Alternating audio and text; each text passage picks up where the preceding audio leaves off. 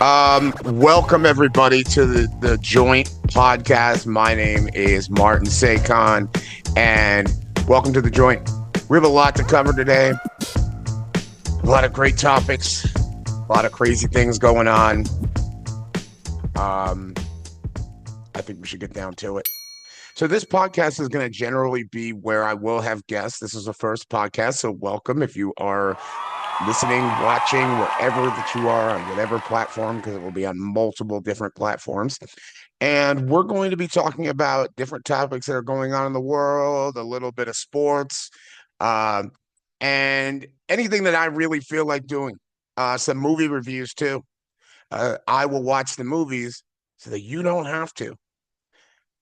With that opening, let's cover our first topic.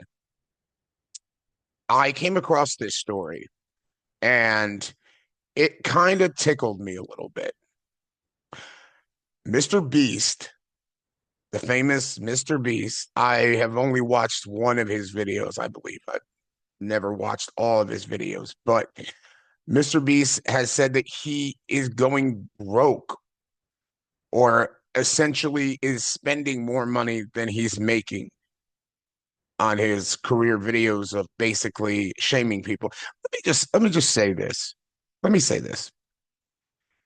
When you have that much money, you just throw it around at people to do what has he ever really done? Honestly, I I I know that this is going to get some hate, but I'm just saying, what has he ever done besides be a host for something? He physically himself doesn't really do much, to be honest. And yeah, I mean, him going broke really doesn't really bother me. So keep doing what you're doing, Mr. Beast. Sounds great. And on to our next topic. I've got the notepad out here. Yeah, I still write notes. Judge me. I know you are. Our next topic that we have coming up is on The Cellar Door. The movie The Cellar Door. It is on Tubi. And I'm going to give my review on that. Stay tuned.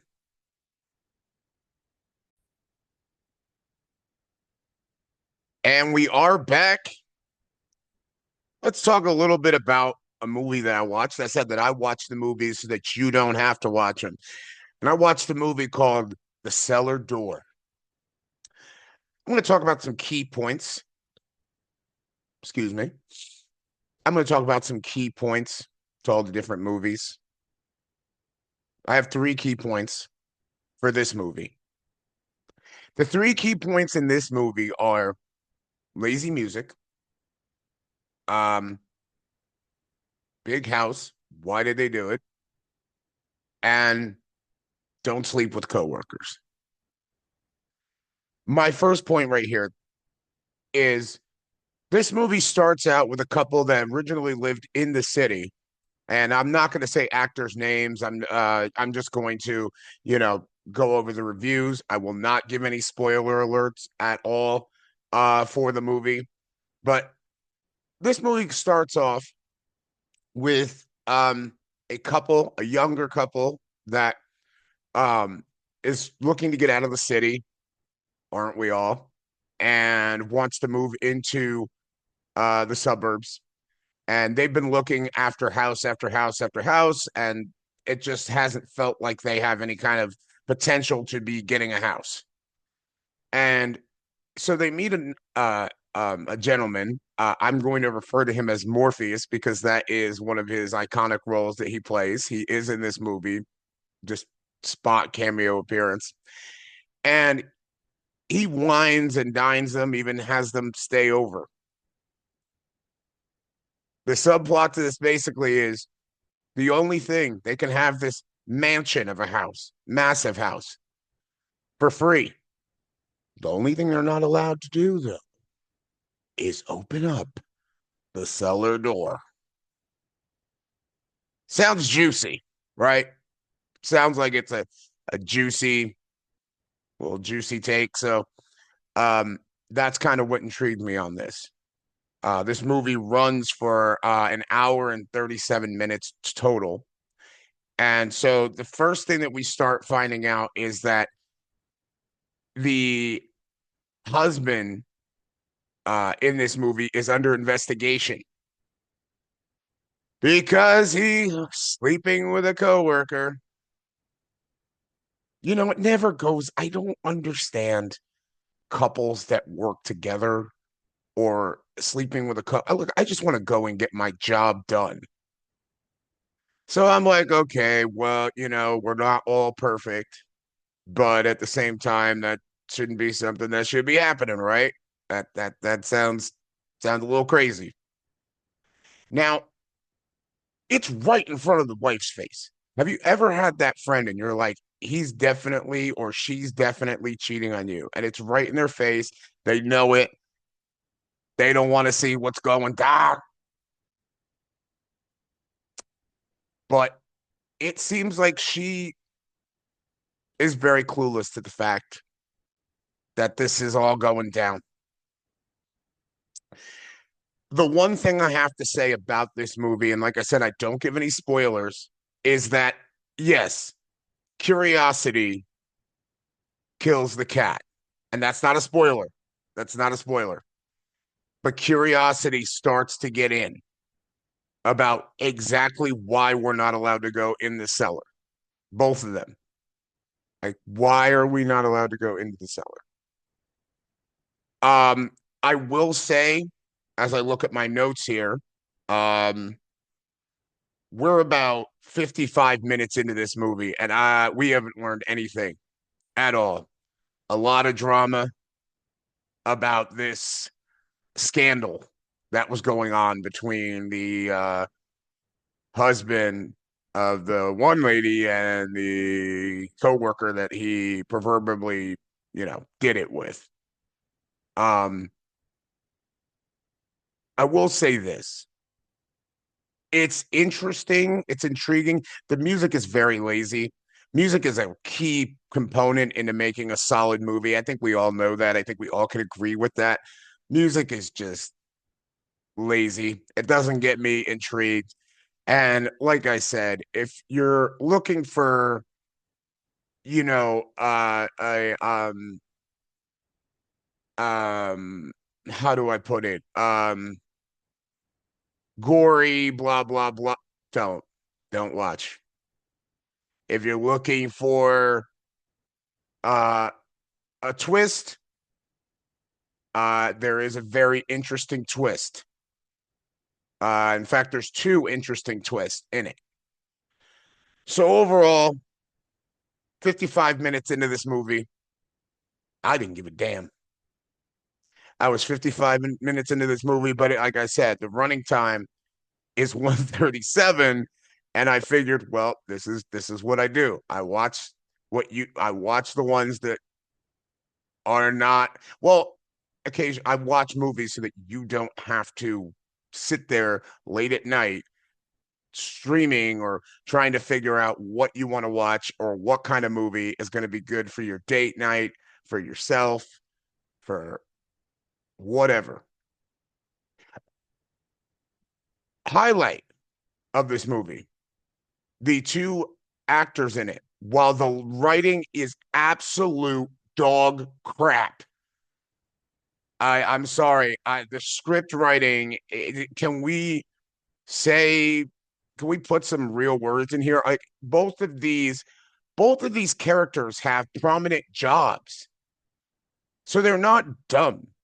They wouldn't speak in a the way the writing is portrayed and how they speak to each other is not how people who have successful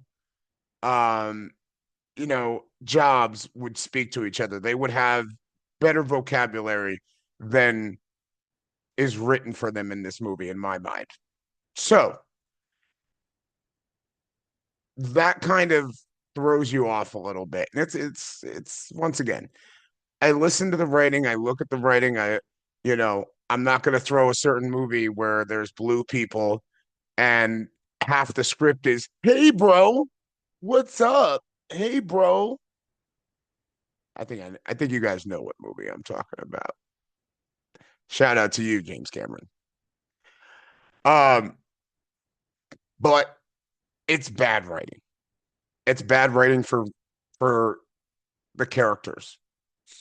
Um, Still looking at my notes here without giving too much away. I thought the two leads, with that being said, did a great job with their characters. I thought they did a really good job with their characters. I thought the acting was spot on, uh, based on the budget, based on the script. There's movies that, and I wonder if actors say this, like, I'm damned. No matter what I do, no matter how I act, no matter how hard I try to make this word, I am damned. Or, I'm not going to use the F word, but that's basically um my opinion about this movie overall is if you're looking for something that's not over the edge, and it's not going to be something that's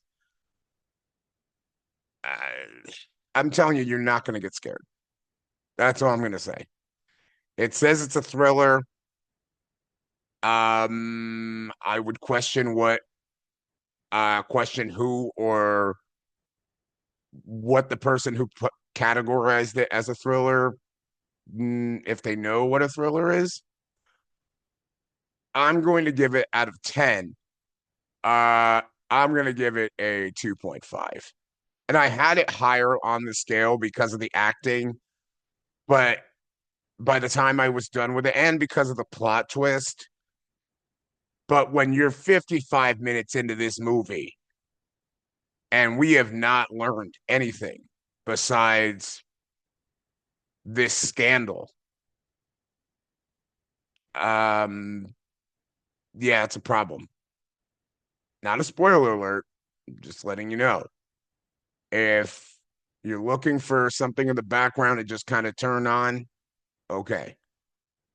But yeah, 2.5 is going to go for this movie. And when I get back, when we come back with the joint, let's see what we have going on here. We have my sports reviews for the NFL and what is known as the coaching carousel. We'll be right back.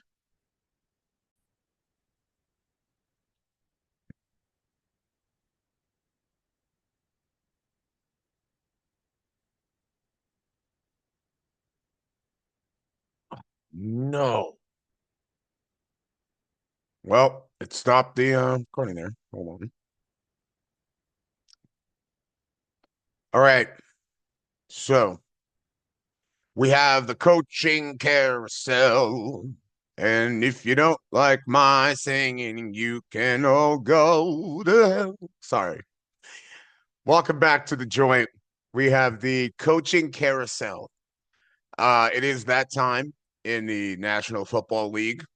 Well, it was that time. It's still going on, where people from college are being hired, other people are being fired. Excuse me.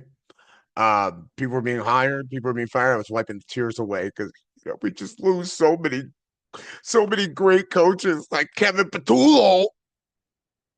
Ow. Wow. What a joke. I have to talk about this as an Eagles fan. What a joke to watch somebody waste away. We all knew that this was going to happen. We all knew that this was going to be the issue down the road. But, you put a band aid on something, you bury it. Oh, no, we'll get it together at some point. Jalen said that all season. At some point, we'll start clicking. At some point, we'll get it together.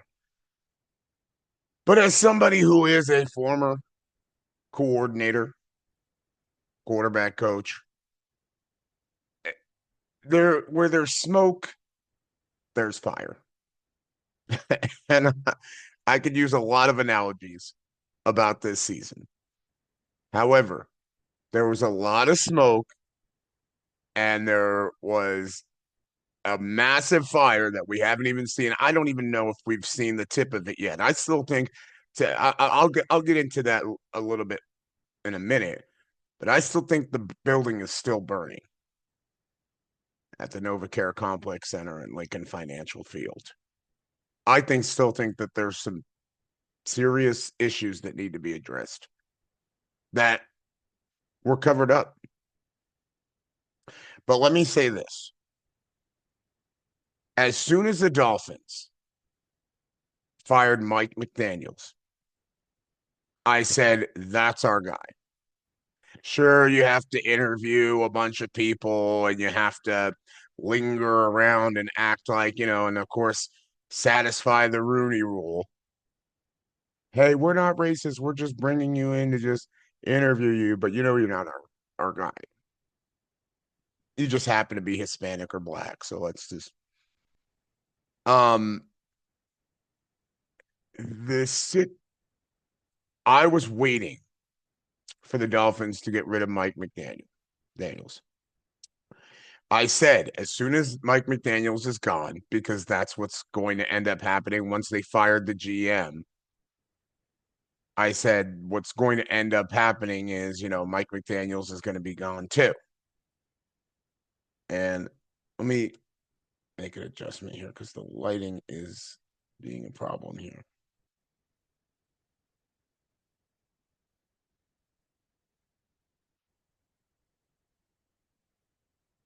Okay, we lost video feed.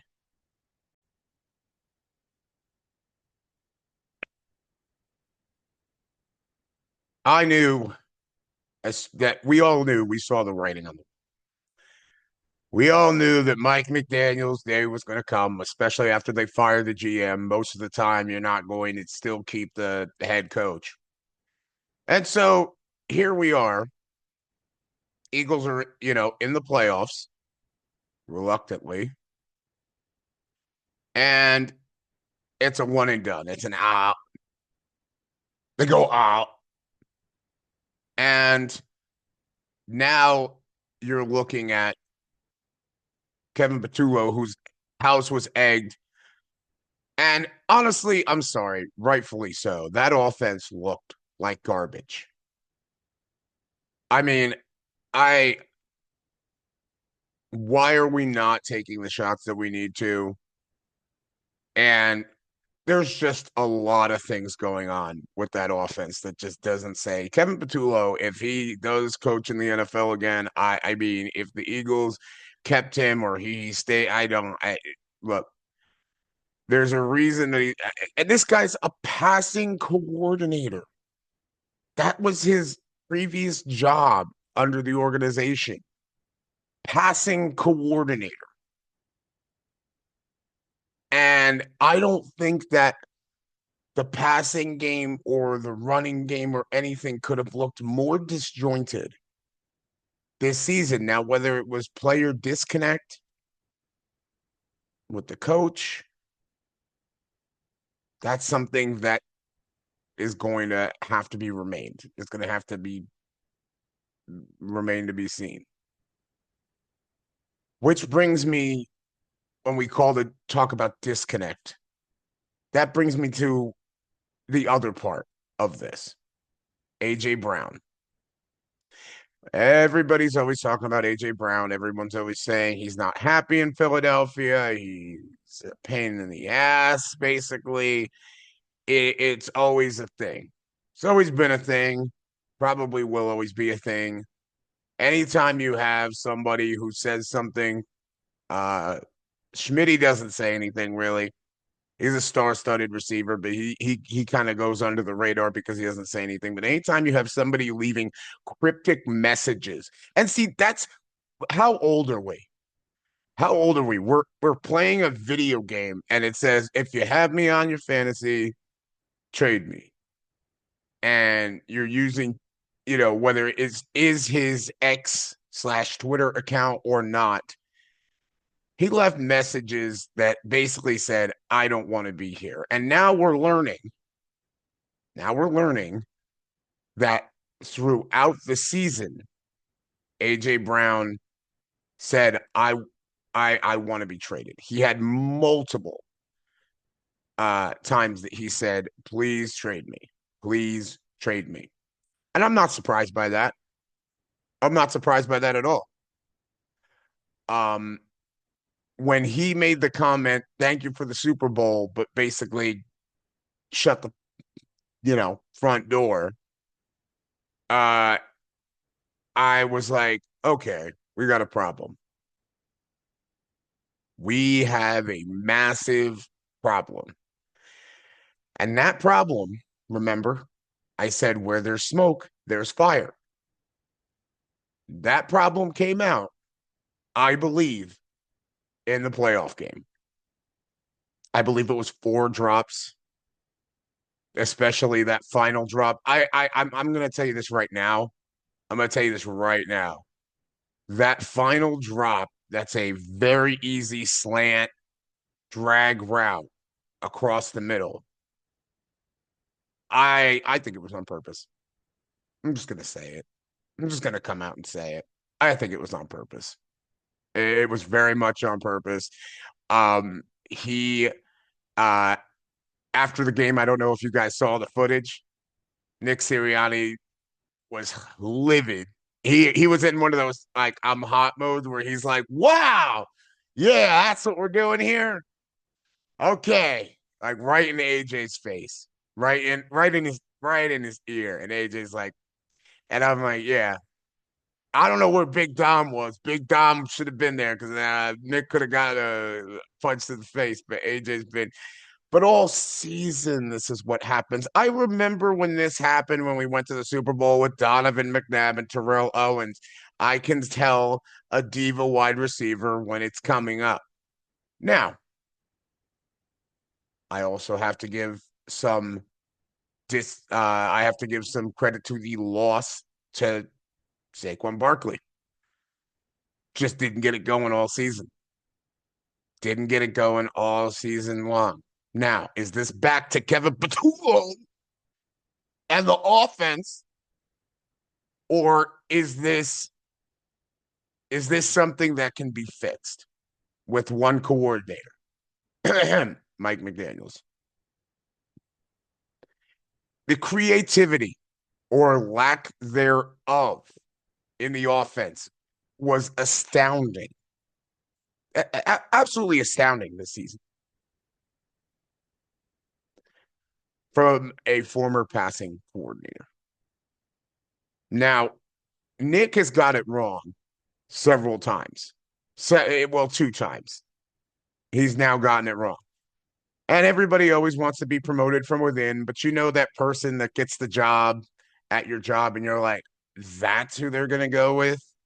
Everybody, not you, everybody in the room is like, that's our boss. That's how I felt about this in season hire. He got it wrong with Brian Johnson. How did that work out in Carolina, by the way? And now he's gotten it wrong with Kevin Patullo. Nothing wrong with promoting from within. However, let's promote people that we deem to be competent. And apparently, Nick is not competent about knowing who should be promoted. Mr. Sirianni doesn't know who's competent and who's not to be doing a job.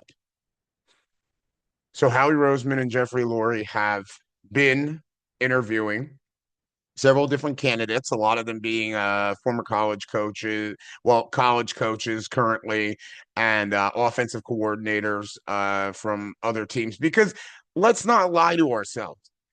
This job is a great job, but there's once again, smoke, fire. I keep going back to that reference for you. How much control does the offensive coordinator going to have? How much control is the offensive coordinator going to have in this offense? We all know Nick Sirianni, former offensive coordinator with the Colts, and And he does like to, kind of dip his, head into it every now and then. But it has been said that they will have full control. And Mike McDaniels has come out and said, I would take a better coordinating job over a head coaching job. And then here comes the next point. If you hire a Mike McDaniels, which I think is a great idea, but like I said, shouting it from the top of my lungs since he's been released, is that how long do you have somebody like Mike McDaniels? And is Nick Sirianni's job on the line? If this offense comes in and Mike McDaniels is able to change this offense and make this team look great again, and make this team look like it really has the juice again, how long uh, is Nick Sirianni just kind of looking over his shoulder like, mm, this guy gonna take my job? This guy gonna take my job? Stephen A. Smith said that Mike McDaniels is not a leader of men. Well, I would say Stephen A. Smith is a leader of, I'm just going to take a hot take. I'm going to take a hot clip, say something. Da. Mike McDaniels can change this offense. Mike McDaniels can challenge Jalen Hurts. And let's talk about that. That's been something that's been going on in the building. Is it Jalen Hurts? And that's been said several times. And I'm getting tired of the excuse of he's had this many coordinators. I get it. No, I get it. That's not fun to do. But they're also saying how much control is Jalen Hurts giving about play calling? How much control is Jalen Hurts saying, anything? It's always going to go back to QB1. So my result in this in the long run, as I cycle through my notes, is the Eagles just need Mike McDaniels. Plain and simple, not Brian Dable. God, not that slob Brian Dable yelling at people, yelling at his quarterback in the tent because he won't slide. That's a whole that good luck, John Harbaugh. I'm not happy that you're in the same division as us, but that is a dumpster fire going on over there, as usual. My next candidate, as we are recording right now, that I'm going to talk about is Sean McDermott.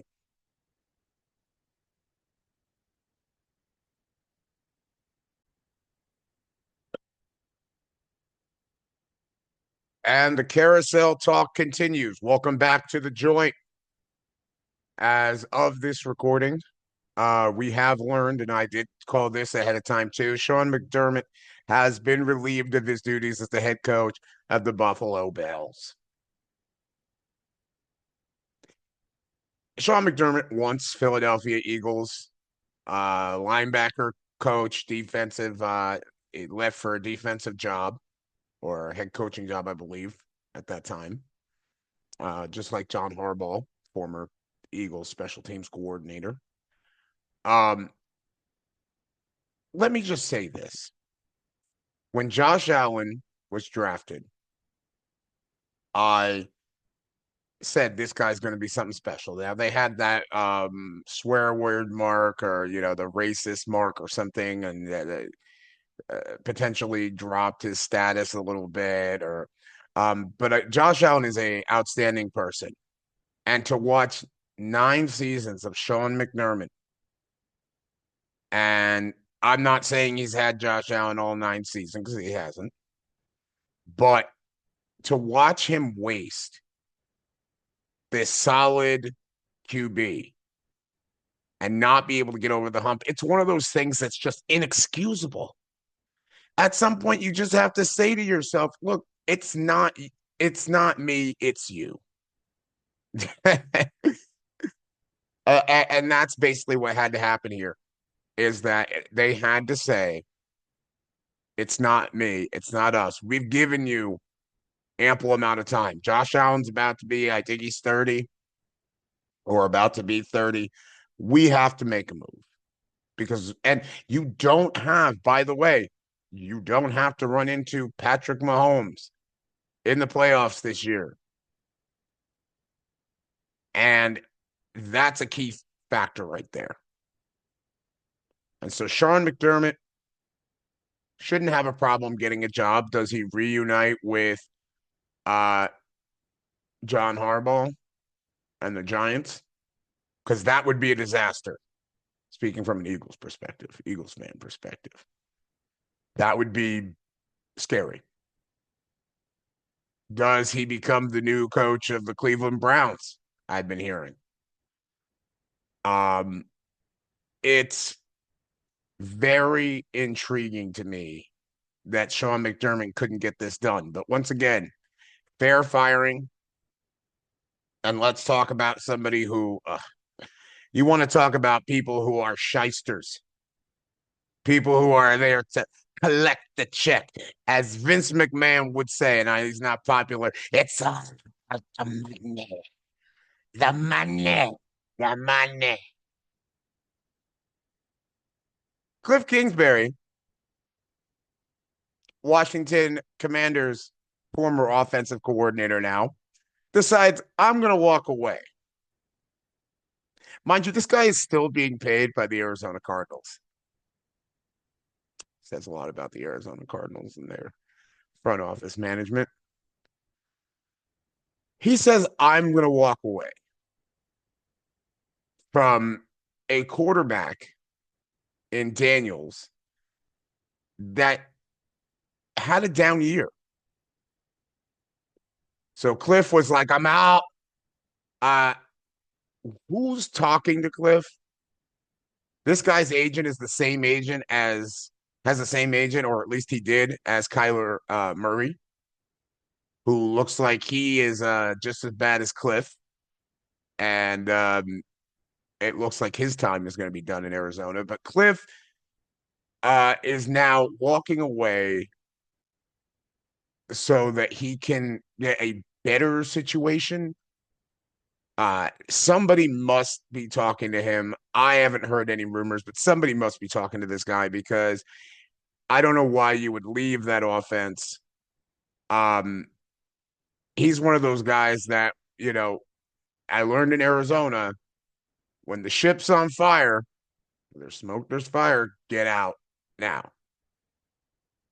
And that's kind of the route that Mike Tomlin took this season. He heard the chants, you know, fire Tomlin chants. And then we all talk about every single season. Oh, he had never had a losing season. He never had to, he never, he was a good coordinator. Okay, well, the same thing I would like to relate to was the Andy Reid situation. I was at the last game that Andy Reid coached in Lincoln Financial Field. We knew it was the last game that he was going to coach. He was given the reins to the key. He was given the key, the reins, whatever you want to say, however you want to say it. He was given the keys to the castle that year, the dream team. And it still didn't happen. Sometimes these things just are the writing on the wall, the proverbial writing on the wall. And so Mike Tomlin, according to Adam Shefty, uh, he believes he will not, 100% will not be coaching this year. Now, whether he'll sit out, kind of sit on the couch and think about it, whether he'll even coach again. Um, for some reason, they want this guy in the booth so bad. ESPN wants this guy in the booth so bad. Personally, I am not a Mike Tomlin fan. I would not want to be coached by this guy. Every time he gets on the mic, he sounds like he could just be doing something better. It's just like Bill Belichick. And I'm like, dude, you won one Super Bowl. And that entire time, Andy Reid won multiple, yes, division titles. Thank you, Andy, for that. Multiple division titles, multiple. But did you get it done? You only got it done once, Mike. And after Ben Roethlisberger, great podcast, by the way, that he has, Roethlisberger was gone. You started doing the QB carousel. You started doing the QB carousel. He just, oh, let's pick this guy. First, it was Mitch Trubisky, I believe. And we tried to, and then they tried to run it back with, I can't even, Kenny Pickett. Then I believe they tried it with Justin Fields. And now he tried it with a old Aaron Rodgers, who, by the way, I'm not gonna say how big of a smile I had on my face watching that son of a bitch get off the field and not be able to win it. I had the biggest smile on my face. He is arrogant. I watched the Pat McAfee show. He is the most arrogant. He believes he knows everything about everything, and it go away. Please just go away. I don't want to hear that name anymore. So my overall take on this is is Mike Tomlin really that good? We could talk about the winning seasons, but what are we doing here at the end of the day? Like, what are we doing? Are we here to just win games during the season and just shit the bed in the playoffs? That kind of that's what we're doing. That's what we're about. So he's like, you know what? I'll just walk away. Maybe I'll come back, but apparently he's not coming back this season. But I think the real question is talk about it in the comments. You can always email changeupcreative@gmail.com if you disagree with me. That's changeupcreative@gmail.com if you disagree with me. If you agree with me, let me know. Is Mike Tomlin that good? Rumors are coming up next. Coaching rumors. We're still sticking on the NFL. This has been a wild offseason. So uh we're gonna still be sticking on the NFL when we come back on the joint.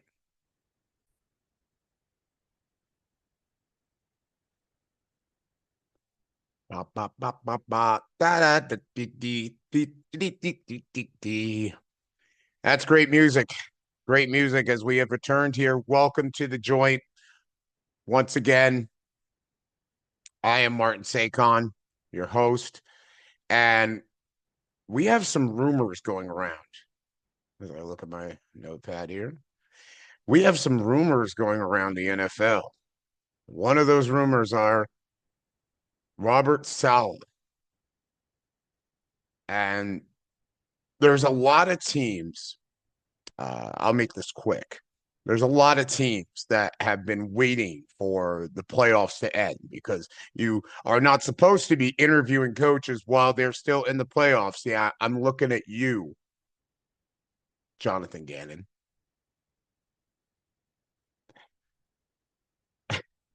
A lot of teams have been looking at Robert Saleh.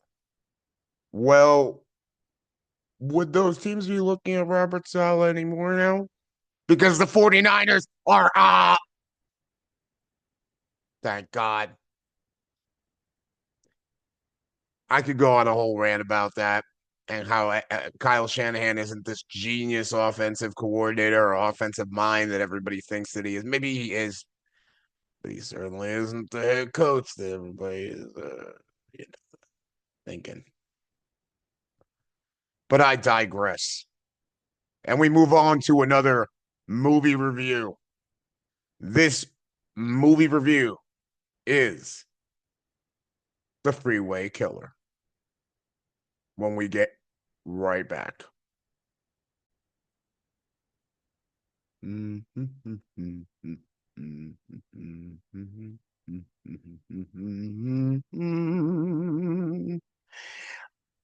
Welcome back to the joint. I'm your host, Martin Sakon. You know, the thing that when I watch these movies, and it's not to criticize anybody, it really isn't. Obviously, I'm going to have my take on it. That's just how it's going to go. Put yourself in the spotlight. Everyone's going to have an opinion, just like everybody has a butthole. Well, most of us have buttholes. Um, we have the freeway killer. As I'm looking at my notes here, once again, judge me, I write them down. We have the freeway killer. And the freeway killer is based on a true story. I like to say based because it says based on a true story. So not everything in it. Sometimes people forget that not everything in it necessarily is true. Sometimes you have to just do a little bit of a injection, as once again Vince would say, into the movie to make it a little bit more exciting. But this one was really good. It is on Tubi, so you don't have to pay anything. You can watch it on Tubi. That's why I love reviewing these movies on Tubi, because if you're just looking for a cheap option, as long as you can deal with the commercials in between, Tubi's the way to go. It's great, great, great network. Even though it's under Fox's control. So let me say, 8 minutes into this movie, we already have a victim, the freeway killer. It says it all. This guy, we're talking about a time when putting your thumb up and hitching a ride seemed like it was an okay thing. Look, I mean, there's things in every generation that you look back on and you go, oh, maybe that wasn't the greatest thing in the world that was going on. But this comes from a time when people were doing that. And essentially, this guy is picking dudes, women, whoever up, uh, acting like he's going to take them to where they are, and takes a detour somewhere and chokes them out with a crowbar, at least in the movie, and dumps their body as if they were trash on the freeway. Sometimes buries them. Uh, Several different ways of murdering people. So we already know that. So that's not a spoiler. It's right in the title, Freeway Killer. Let me break down um the highlights or the high points that I feel there in this movie and where they really nailed it. And in this movie, once again, um, rest in peace to those that were victim to this person and this heinous act. I watch a lot of these true story movies because I think that it's important to still speak about these subjects because these people are forgotten. We always remember the killer, but we never remember the victims because we say, oh, there's just so many victims. We don't, and that's what they want. They want us to remember the killer wants us to remember them. They don't want us to remember the victims. And it's a really sad, sick, sadistic thing to say. So let me say 8 minutes in, and we're off to the races. Which to me, that is how a thriller slash horror movie, if you're gonna make one about a true story, should start out. I just let we already know. You told us in the title it's the freeway killer. Let's get off to the races. So we got 8 minutes there. And when I was saying we're remembering a different time when putting your thumb out was a thing, trying to get a ride. Um, kids, kids, young adults, everyone. I'm pretty sure this goes without saying. Don't accept rides from strangers. Don't do it. It's not worth it. I'd rather sit there in the cold I'll weather myself that way than getting into somebody's car who then now has control of the car. And especially with all the technology today that we have, which is can be a good thing and a bad thing at times, just don't do it. Don't do it. Um, he also looks for opportunities in several different places. He's somebody who looks for that opportune moment. It doesn't necessarily have to be on the freeway, we learn. It could be anywhere. He is looking for somebody who is vulnerable. And that's what kind of gets him off about this. He is very excited about the opportunity to lure somebody in. Um, and the next thing I have to quote, and I do have it in my notes here, he believes that the world owes him a debt. He, in fact, uses a quote, and I wrote it down right here. And it says, most people are overconfident of their value on this planet. How sinister is that? Did he say that in real life? Is this probably something that was written by the production team? Probably. But let me read that again to you and ask you if you don't want to watch this, if you hear that. Most people are overconfident of their value on this planet. Wow. So, um, once again, excuse me. Once again, he is saying essentially that it doesn't matter. People don't matter. People die, people live, they die, whatever. It doesn't matter how it ends. And that does make the movie a little bit sinister. And that just lets you know that if you are in his van, you are not going beg, plead, whatever. It's not going to end well because he doesn't have any thought to it. The next thing I want to know is I did go over the whole fact that he gets joy from the killings. Um, that's crazy. It's very, very graphic in that detail. I will say that it's not overly. It's just it's right there. It finds the sweet spot of the killings. The lead actor. Once again, I don't mention names. But the lead actor in the freeway killer is he did a great job. I would be very scared if he walked into my house or he walked into anywhere. He was the perfect build as far as for an actor, as far as the intimidation factor, and he could snap one wrong word and you could find yourself in the wrong position with this guy. And I that was so intriguing with this movie. It was very intriguing, and I thought that the actor who played him did a great job at that. He did a really, really good job at that. That was um I have written down, yeah, no writing, yeah. The writing, um, once again, pretty poor, pretty piss poor.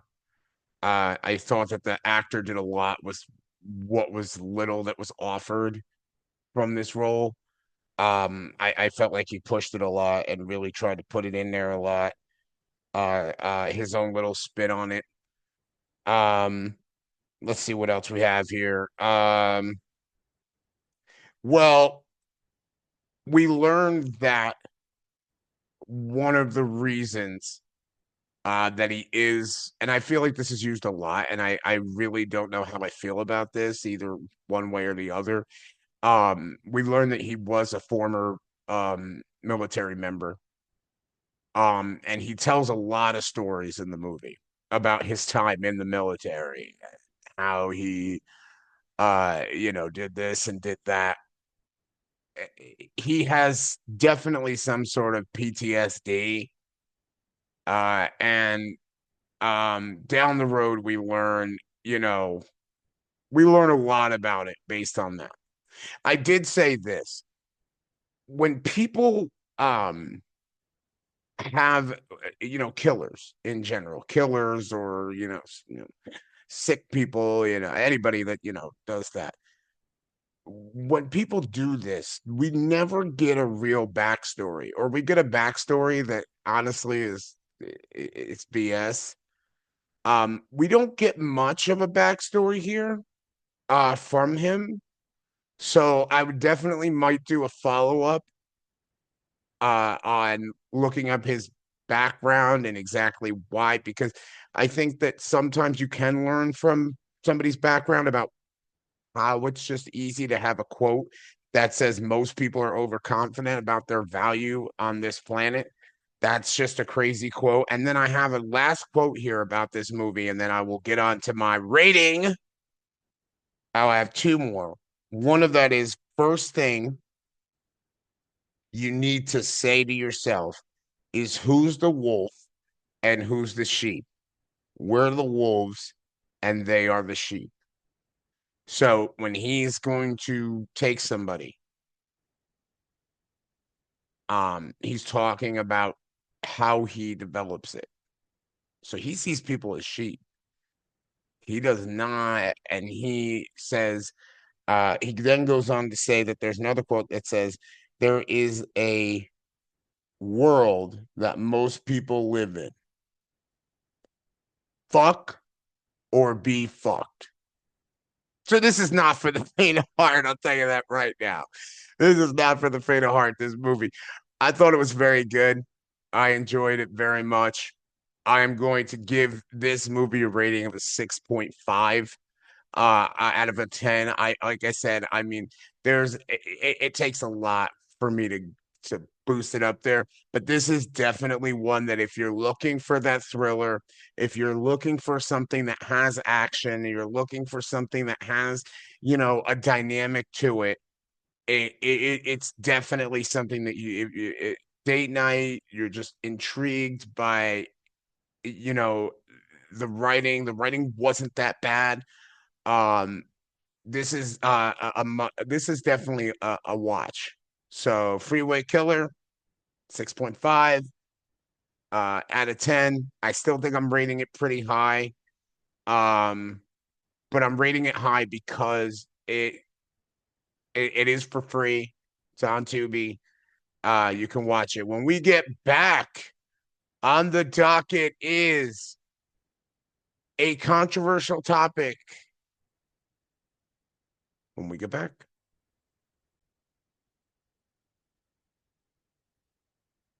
We're back. And speaking of disasters, we're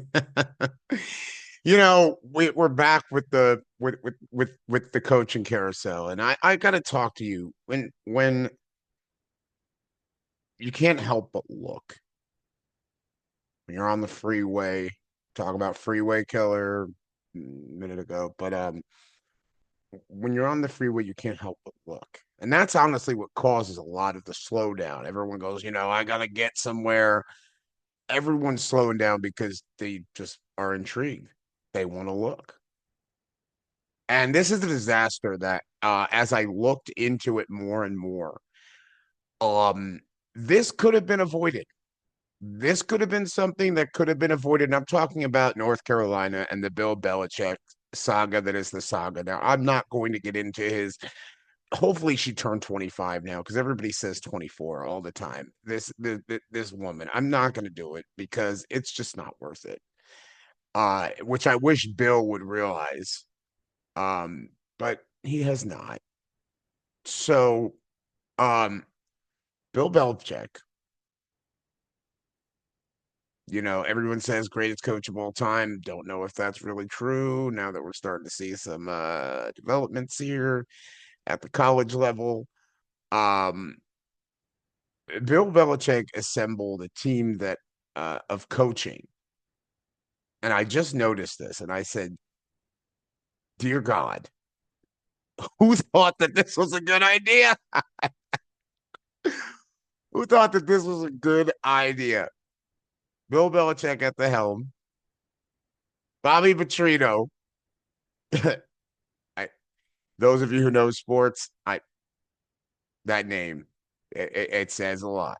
It it says a lot, and it's not good things. With the defensive coordinator, if I look it up here, because I love doing things in real time. Here we are. Uh um is the yeah, Bobby Petrino, who replaced Freddie Kitchens, man, former head coach of the Browns, by the way. And Steven Belichick serves as the defensive coordinator with Bob Diaco um and Brian Belichick. All I have to say about this, and then you hire Mike Lombardi, some clown named Mike Lombardi, um, as the GM and BS coordinate, well, GM and the BS, recruiter, blah blah blah blah blah. All I gotta say about this is going to be my segment of, and I'm gonna continue to do the segment of the keep collecting them checks. All of these people just keep BSing people, keep collecting. It's the keep collecting them checks club. If somebody will buy my BS or live with my BS, keep collecting them checks. Keep collecting a check. This is a disaster. It's sad to watch this type of thing happen. Now I've heard what's been floated around is Bill Belichick leaving on terms that, hey, we think you stink, and maybe Belichick would be open to the Buffalo Bills head coaching job. Um, that's interesting. I know he's not going for the Cleveland Browns job, but this has just been a disaster on all ends. We all know, if you know, UNC is known for basketball, not football. Everybody thought, look, you took a shot in the dark. This is what I'm saying. Keep collecting them checks. They all knew what, took a shot in the dark. We're throwing a lot of money. The program made a lot of money prior to the season. And now you got people calling up and saying, "Hey, we're getting rid of our season tickets if this guy is a clown. He is not running the football team the right way." And we're finding several incidents where Bill does what Bill wants to do. Coach Belichick, he does what he wants to do, but there becomes a point where you have to say, like, what are you doing? And let's not forget about the scandal that was Robert Kraft and the massage parlor. These guys, these older guys, the Krafts, the Bill Belichicks of the world, they like younger women. That's what it seems like. They like the younger, hot, sweet, whatever makes them feel young or whatever it is. So let's not forget that. Meanwhile, Tom Brady, a partial owner of the Las Vegas Raiders, has his hands full with a whole coaching search, and he looks like he's having the best time of his life. At least he looks like it. Looks like he's having the best time of his life retired. So, who really was it? And go ahead, comment at creative, changeupcreative at gmail.com. Who really was it? Was it Brady or was it Belichick? Or maybe it was both. You, I, It's a question that I know we're always going to keep asking it. Obviously, Tom Brady goes on and wins championships in Tampa, wins a championship in Tampa, revitalizes that team right away, by the way, with Bruce Arians. I just want to know, and I want to hear from you guys what you think. And once again, that's changeup creative at gmail.com. And we will definitely read them on the next podcast on the air. And when we get back on the docket, we have our final movie review. And that is going to be announced next. Thank you. Well,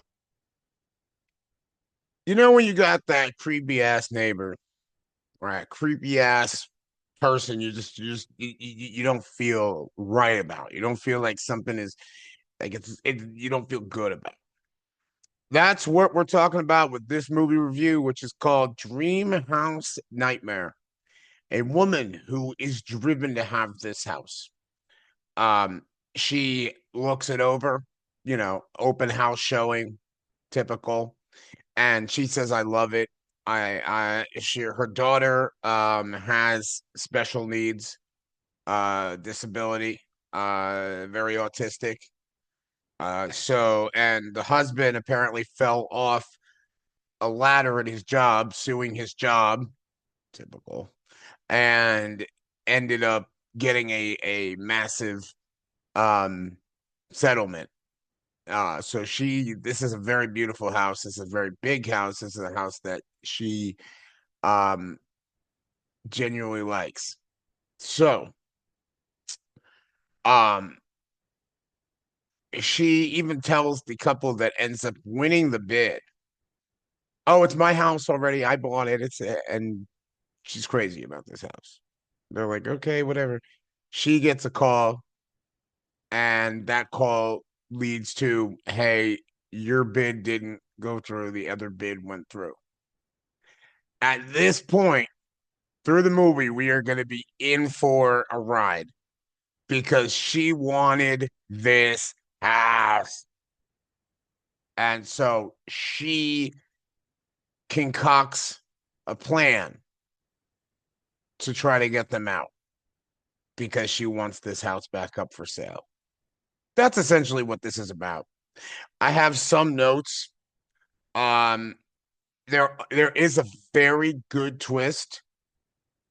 Uh, the running time for this movie, I believe, let's see if I wrote it down. I did not write it down. I said that 48 minutes into the movie, though, I was like, well, we could have wrapped this up.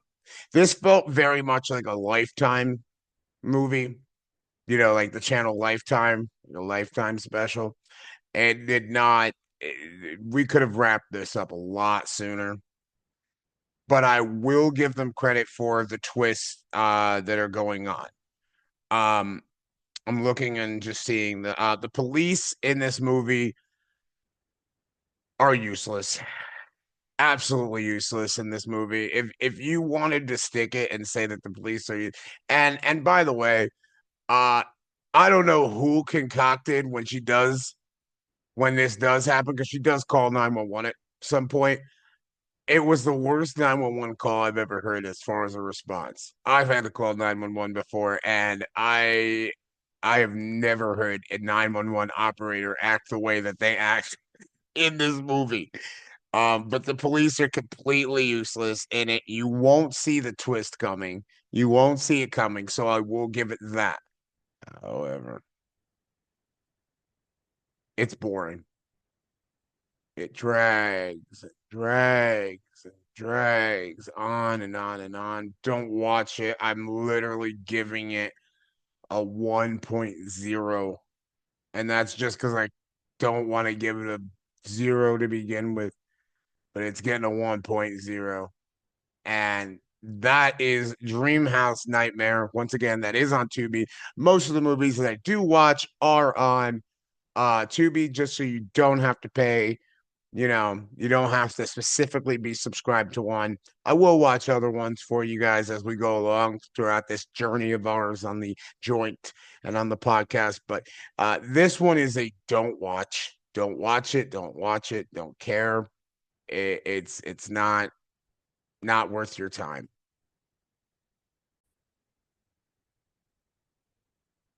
Finally, we finally have it. We have it done.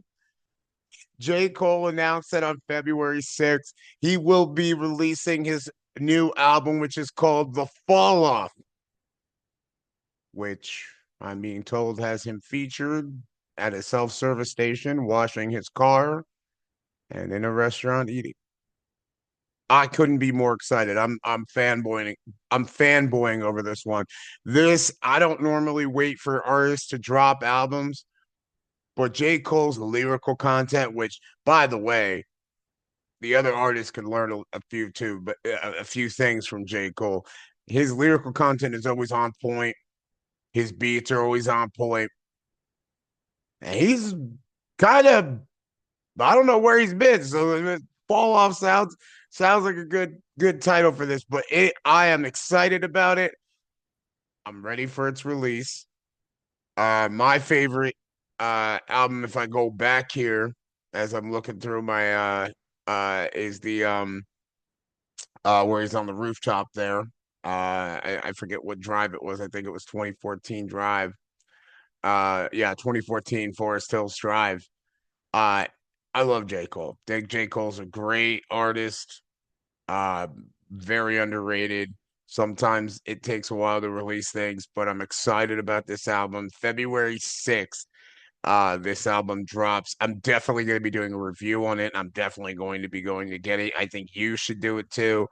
Please tell me if you how you feel about J. Cole. Do you think that I'm overhyping this? Do you think I'm overhyping him as an artist? That's also once again at creative, changeup creative at gmail.com. That's changeup creative at gmail.com.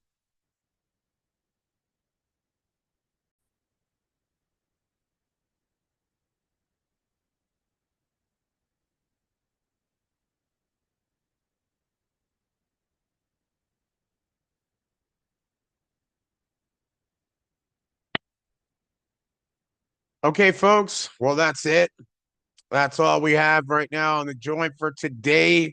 I'm so excited to be here. We're going to be on a journey. We're just going to get better and better.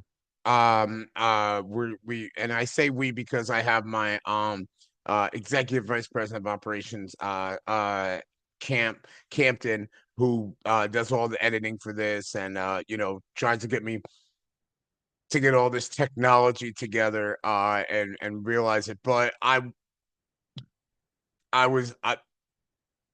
excuse me, we'll record. One second.